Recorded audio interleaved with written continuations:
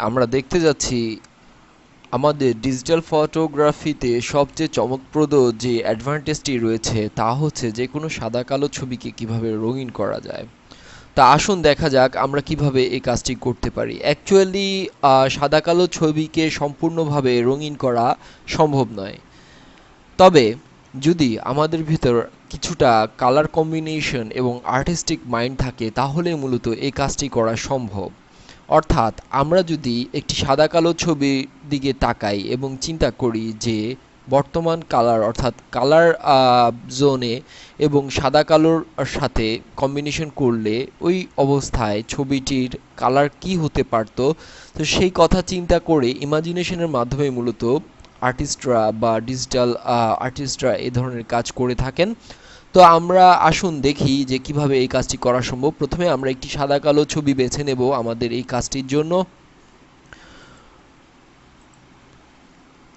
ধরা যাক আমরা এই ম্যাডোনা ছবিটিকে আমরা সাদা কালো থেকে আমরা রঙিন করব। প্রথমে আমরা সাদা কালো ছবি সিলেক্ট করলাম। এই ছবিটি বর্তমানে অ্যাডোবি ফটোশপে গ্রে স্কেল হিসেবেই ওপেন হয়েছে, অর্থাৎ এর ইমেজ মুড গ্রে স্কেলে আছে। আমরা যদি ইমেজে যাই এবং মুডে যাই তাহলে আমরা দেখতে পাবো যে এটি গ্রে স্কেলে রয়েছে। এই অবস্থায় যদি বর্তমানে আমরা ছবিটির উপর কাজ করি তাহলে কিছুতেই আমরা সাদা কালো করতে পারবো না, কারণ ইমেজের মুডই রয়েছে grey scale. Grey scale mean black and white.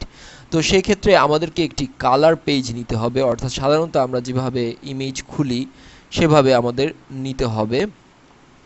তো সাপোজ আমরা বর্তমানে যে ছবিটি রয়েছে এই ছবিটিকে কন্ট্রোল এ এবং কন্ট্রোল সি দিয়ে পূর্বেই মেমোরিতে নিয়ে যাব। এতে করে আমাদের যে ইমেজের সাইজ এবং রেজুলেশন এর উপর কাজ করব তার ঠিক থাকবে। আমরা যখন নিউতে যাব তখন আমরা দেখব অটোমেটিক্যালি এর ওয়াইড এবং হাইট অ্যাকচুয়াল হয়েছে। তবে এখানে তার সাথে সাথে আমাদের গ্রে স্কেল কথাটিও চলে এসেছে। তা আমরা এখানে অবশ্যই 8 GB কালার সিলেক্ট করব এবং আমরা দেখতেই পাচ্ছি যে রেজুলেশন অনেক হাই রয়েছে। তো ছবির কোয়ালিটিকে মেনটেন করার জন্য আমরা এই রেজুলেশনকে প্রাধান্য দেব এবং ওকে করব। আমাদের ব্ল্যাঙ্ক ডকুমেন্টটি আসার পর আমরা যদি ব্ল্যাঙ্ক ডকুমেন্টটি লক্ষ্য করি তাহলে আমরা দেখতে পাবো যে আমাদের ব্ল্যাঙ্ক ডকুমেন্টের একটি পাশে 8 GB রয়েছে এবং /8 মিন 8 বিট রয়েছে। এই অবস্থায় আমরা কন্ট্রোল ভি দিয়ে আমরা যে মেমোরিতে ছবিটি রয়েছে তাকে আমরা আমাদের কারেন্ট পেজে অর্থাৎ ব্ল্যাঙ্ক পেজে পেস্ট করব। এতে কিছুটা সময় নেবে।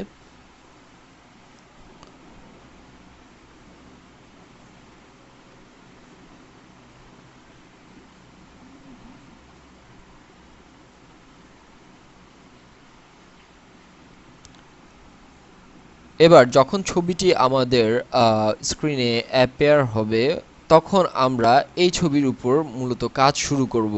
আমরা যদি আমাদের ইমেজ লেয়ারে যাই এবং অ্যাডজাস্টমেন্টে যাই, আমরা আগেই দেখেছি অ্যাডজাস্টমেন্টের কিছু কাজ। তো এখানে কালার ব্যালেন্স বলে একটি অপশন আছে, এই অপশনে আমরা মূলত ক্লিক করব। কালার ব্যালেন্সে এসে মূলত আমরা কিছু চ্যানেল মেনটেন করে মূলত এই কাজটি করব। প্রথমে আমরা রেডের যে চ্যানেলটি রয়েছে এই চ্যানেলটিকে আপ করে দেব। এতে করে ছবির লাল ভাগ অর্থাৎ লাল রঙের প্রাধান্য বেড়ে যাবে। এবার আমরা এই ছবিতে ম্যাজেন্ডার ভাগটিও বাড়িয়ে দেব এবং ইয়েলোর যে পার্সেন্টেজ রয়েছে তা পুরোপুরি হাই করব। এতে করে মোটামুটি আমরা এর একটি ছবিটি ব্ল্যাক অ্যান্ড হোয়াইট ছবিটির একটি কালারের কিছু প্রাধান্য পাবো।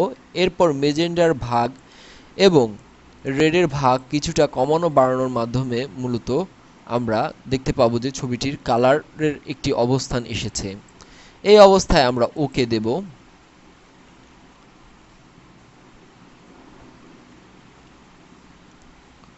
কালার ব্যালেন্স হতে কিছুটা সময় লাগবে।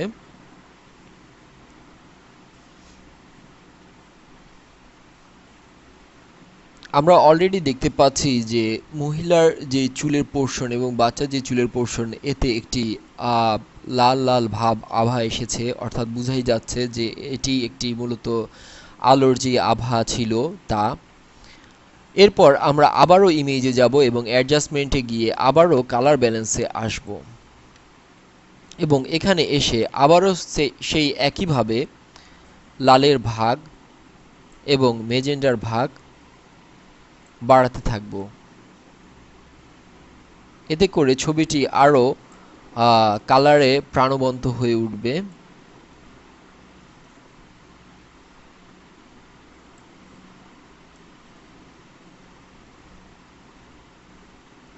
কিছুটা পার্সেন্টেজের মাধ্যমে কন্ট্রোল করে মূলত আমরা এই কাজটি করছি। এতে করে এখন আমরা দেখতে পাচ্ছি যে অলরেডি এর যে স্ক্রিনের কালার, মহিলার স্ক্রিনের কালার, বেবির স্ক্রিনের কালার, মোটামুটি আমরা বুঝতে পারছি যে আমাদের বাস্তবে যে ধরনের আমরা স্ক্রিন কালার পেয়ে থাকি তা মোটামুটি আমরা এখানে পেয়ে গেলাম। এবারে আমরা ওকে করলাম। আরও একটু সময় নেবে। কিছু কিছু ক্ষেত্রে ছবির টোটাল কালার আনা সম্ভব নয়, তবে আমরা যদি চাই আমাদের আর্টিস্টিক অ্যাবিলিটি, সাপোজ যে সাধারণত মহিলারা লিপস্টিক ইউজ করে থাকেন, তো সেক্ষেত্রে যদি আমরা লিপস্টিকের রং চেঞ্জ করতে চাই তাহলে আমরা পলিগোনাল যে টুল রয়েছে তার মাধ্যমে মাস্কিং করে এই কাজগুলো করতে পারি। অলরেডি আপনারা টেক্সচারিংয়ের যে ব্যাপারটি তা লক্ষ্য করেছেন। তারপর চোখের যে কালারটি রয়েছে তা আমরা চেঞ্জ করতে পারি। এভাবে আরও সূক্ষ্ম সূক্ষ্ম কাজ করে মূলত আমরা ছবি ফুটিয়ে তুলতে পারি। যেমন বেবির যেই কাপড়টি রয়েছে এই এটারই, যাতে করে ছবিটি রঙিনই মনে হবে।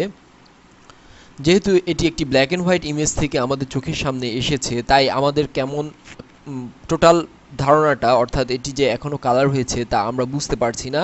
তবে যে কোনো আদার্স পারসন যখন এই ছবিটি দেখবে এবং তাকে বলা হবে এটি মূলত কি রঙিন ছবি না ব্ল্যাক অ্যান্ড হোয়াইট ছবি, তখন সে অবশ্যই এটিকে রঙিন ছবি হিসাবেই প্রাধান্য দিবে। আমরা আবার ইমেজে যাব, অ্যাডজাস্টমেন্টে যাব এবং কার্ভসে যাব। এই কার্ভসের মাধ্যমে মূলত আমরা ছবির যে ব্যালেন্স রয়েছে, ডার্ক অ্যান্ড হোয়াইট ব্যালেন্স রয়েছে তা মূলত আমরা নির্ধারণ করতে পারবো। আপনারা দেখতে পাচ্ছেন এভাবে।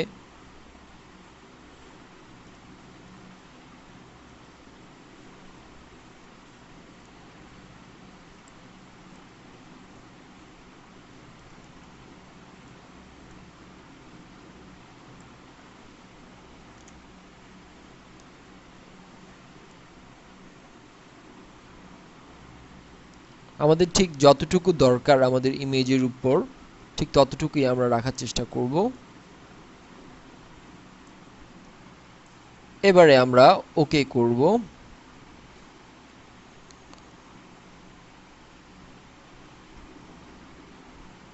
এবং কার্ভের যে কাজ আমরা করেছি তা টোটালি ওকে হয়ে যাওয়ার পর আমরা এখানে আরও একটি কাজ করব।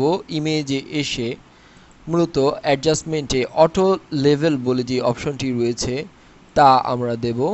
এতে করে সে অটোমেটিক্যালি নিজের মতো করে একটি লেভেল নির্ধারণ করবে,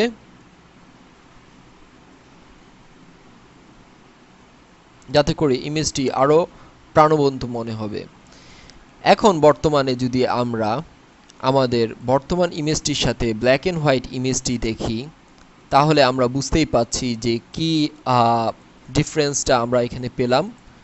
সাদা কালো ছবি এবং রঙিন ছবি, দুটি ছবি আমরা পাশাপাশি আমাদের তৈরিকৃত রঙিন ছবি আমরা দেখতে পাচ্ছি এই ডিফারেন্সটা। এইভাবে খুব সহজেই আমরা ইচ্ছে করলে ব্ল্যাক অ্যান্ড হোয়াইট ছবিকে কালারে পরিণত করতে পারবো।